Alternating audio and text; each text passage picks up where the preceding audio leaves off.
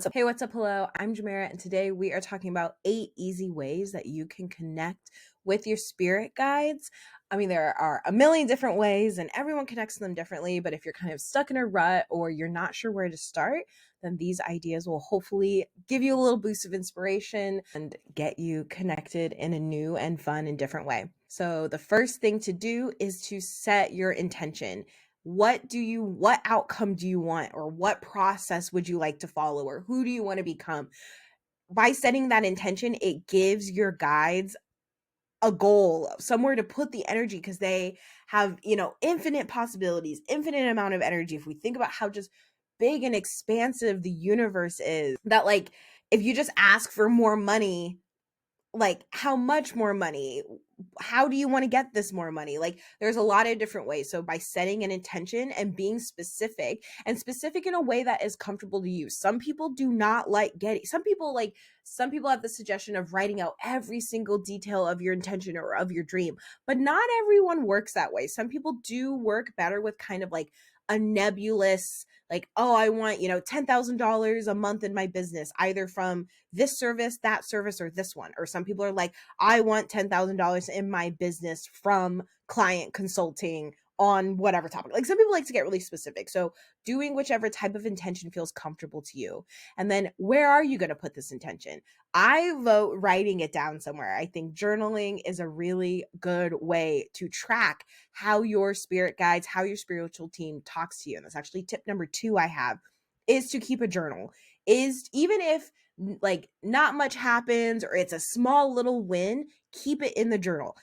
I have so many journals behind me, and throughout the year, I do go back and look at them and read them, and really, it's interesting to read them and see new ways as to, like, oh, I can see how that came true, or, oh, it's, interesting, I was going through this at that time and I'm actually going through the same thing, but a few years later, how did I handle it back then versus how am I now? It shows the growth, it shows the support, it shows that, the things that come up in our lives tend to come up multiple times, and it's never the end of the world. We've solved it in one way, we will solve it again. But a journal is also a great place to keep your intentions, to write them down in the same place so you can come back to them over and over again.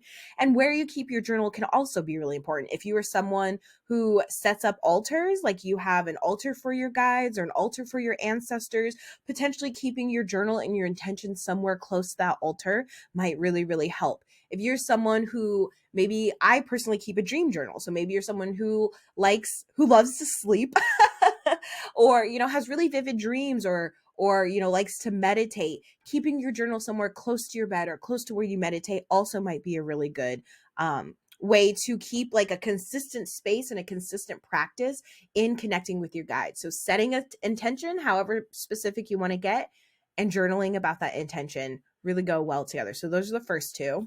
The third one is to be more mindful. So we were just talking about meditation and mindfulness. How can you practice? And that, I feel like, sometimes is such a, like, if you are in the spiritual space, you'll hear mindfulness and meditation all of the time, but that looks so different for so many different people. So if you've tried certain modalities and they didn't work out for you, try other ones. You can fire gaze. I always think that one is so interesting. People light a candle and just stare at the flame and look how it dances and the smoke that comes off of it. It's an easy way to kind of unfocus your eyes and really get into a meditative state. Some people go on meditative walks. They set their intention for whatever they want to connect with their spirit guides with before their walk. And then on their walk, they're mindful of their steps, their breathing, what nature looks like, the cars that are coming. I take my dog on a walk, and it's so cute looking at his little tongue flap in his shadow, that sometimes when we walk, I'll just look at that. And doing that really, like, helps me, I don't know, get like focused and in the moment, because if I'm just so busy with everything that's going on in my brain, I can't notice my cute little dog's tongue just like bop bop bop as we walk. So going on a walk, taking a bath, taking a shower, sitting outside, even eating can be a meditative practice. Even doing things like that, guided meditations on YouTube. I love the channel Great Meditations. They have both 5 and 10 minute meditative journeys that you can go through, visualization ones or even relaxing ones, listening to sounds, just really connecting with your five senses and trying out different like meditative practices that help get you mindful. And as you get more mindful of where you are in the present, it really helps recognize where you are so that you can spring forward. Because oftentimes when we're trying to connect with guides, when we really want something and want to manifest something, we can get really focused on like everything we need to do to get there or what our life is going to really look like when we're there. But we're often the most rewarded when we can make peace with or be satisfied or feel successful like where we're at right now in life before we can spring forward. Because if you can't even accept and feel, you know, at least at peace, maybe not in love with, but at least in peace with where you are now, how are you going to do it when you have the thing that you actually want? If you can't make peace with right now, you're not going to make peace with the forward thing. And even when we get to our goal, if you are a tenacious goal oriented person, you get to maybe $10,000 a month in your business. But then as soon as you get there, you're going to be like, okay, well now I want 20, now I want 100, and can't really focus on like, wow, look at all of this that I've gotten to my first goal of 10K a month or whatever your goal is. That just happens to be a popular goal among a lot of business owners, I feel, is to our 10K months. So we have setting intention, we have journaling, we have mindfulness and meditation, and now we have asking for signs. Another great way to connect with your spirit guides, your spiritual team, are to ask for signs and being open also to how those signs come our way. I really like to use like change on the street or, you know, in parking lots as a sign. It's really interesting. I started doing it a few years ago when I was really worried about my budget and how much money I was bringing in and how much money I was spending. That every time I would go to the store, I would ask for a sign that is going to be okay, that I am safe and held. And it's really interesting. And then that day, I think I found like 20 cents or something like that in the self-checkout. And it was like, okay, awesome. That's a sign. So it's really interesting how every time I feel really worried about spending money, I will always find change on the ground or change in the self-checkout or something. It's really, really interesting. So play around with that, play around with small signs. Also, if you don't like see physical signs or ask for physical signs, really being aware of like synchronicities that are happening around you. And that's why keeping a journal, I think, is really important, because again, a lot of benign things happen to us every day, but when we step back and look at it holistically, sometimes we can see these really amazing and interesting connections between two really seemingly unrelated events. And of course, our brains are here to make connections. So that is one of our greatest talents. So might as well utilize it and make some connections with things that are happening in your life or even themes that are happening in your life, and just paying attention to those synchronicities and knowing that they will be subtle. Sometimes the universe will give you a legitimate sign. One I can think of is I was hanging out with a guy who I wasn't really sure if I wanted to like, you know, continue to hang out with him. And one night we were hanging out, ended up going to sleep, and I had a dream, and I was right next to this guy in real life, and I had a dream where a literal street sign fell on top of both of us, and it was like a sign of like, okay, no. So sometimes signs are like big and like in your face, but a lot of the times they're subtle.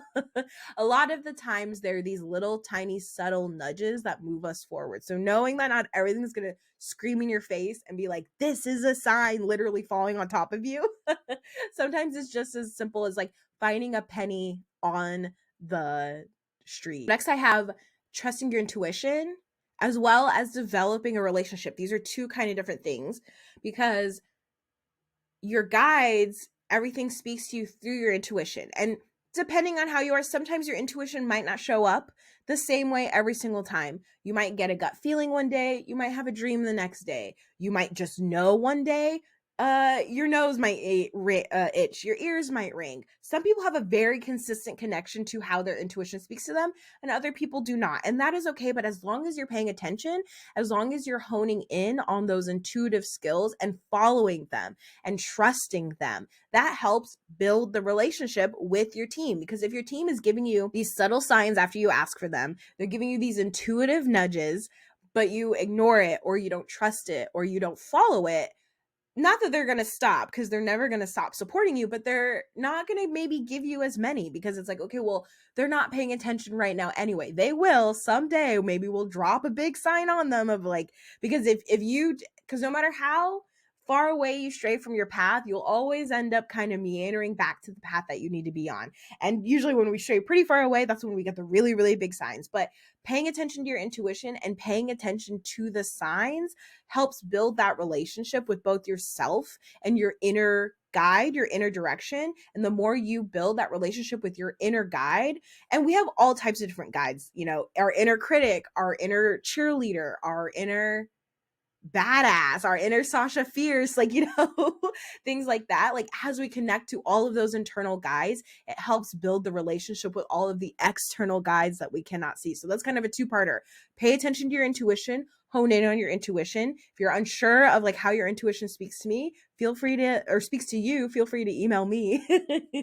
I always like talking about those things, but and honing in on your internal guides will help build the relationship and the intuitive connection with your external guides. Number 7 is to seek out some type of divination practice. And this can go with the mindfulness practice, though the mindfulness practice really is to get you here in the present moment. Sometimes with divination tools such as tarot, I know some people use pendulums, some people throw bones, or they, you know, pick charms. People legitimately use crystal balls or even just crystals in general. Like, whatever divination practice, those can help get you in the moment, but those go beyond help getting you in the moment. They help you expand. So the mindfulness, the preparation before you start drawing cards or before you swing your pendulum or whatever, that mindfulness practice helps get you in the moment, gets you aligned, so that when you pick up the cards or pick up whatever, you can then expand.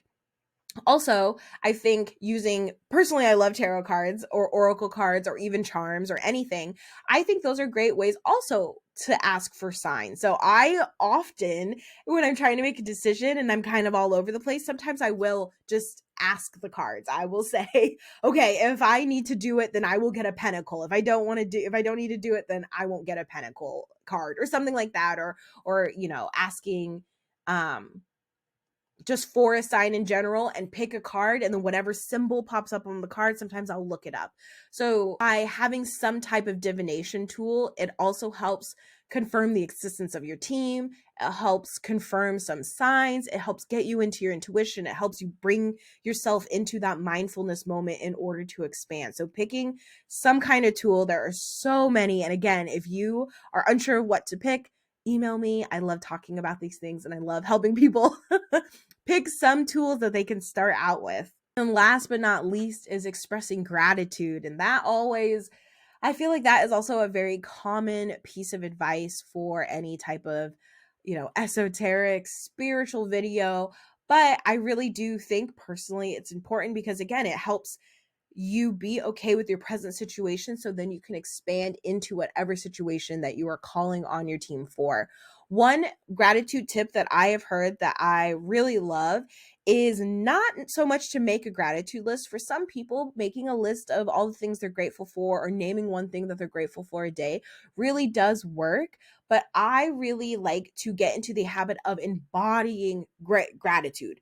Because for me personally, sometimes writing it on a list, it feels more mental. In order to feel it in my body, I usually need to bring up some type of memory of a time someone has expressed sincere gratitude to me, or a time that I have expressed sincere gratitude to someone, or where I've sincerely been gracious for the kindness, for the love, for the support, for something, and really drumming up that visual memory, and like even trying to remember, like, you know, what I was wearing, the scents, the sounds, things like that, to get me in the, like, I don't really like using the word vibration, but it was about to come out, so I'll use it anyway, to like get me in the vibration, or just to get me in the mental and emotional space of gratitude. That to me is a lot more impactful than just writing out every day, like, oh, today I'm grateful for this sweater or grateful for my computer. So to recap, set some intentions, journal about the intentions, get into a mindfulness or meditative practice. Experiment with different mindfulness and meditative practices to get you into the present moment, into a space where you can at least accept the present moment that you're in before you go to whatever goals you want to go to. Ask for signs. Pay attention to the signs that you get. Pick a divination tool. Pick a divination tool to help hone in on those signs that you are getting.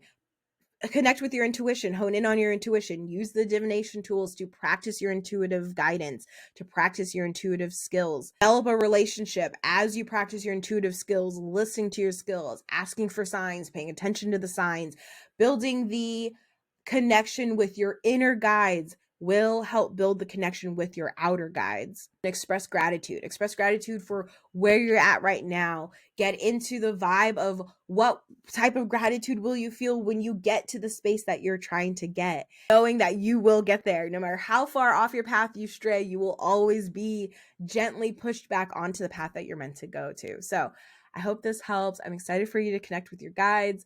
Connect with me if you want any help or just want someone to nerd out about this stuff with. I love talking about this. Leave any questions, comments, how you love to connect with your guides, any practices that you partake in. Please put them in the comments below. I would love to read them and comment back and nerd out with you. And like the video if you like the video. It helps the channel grow. And I'll talk to you next time. Bye.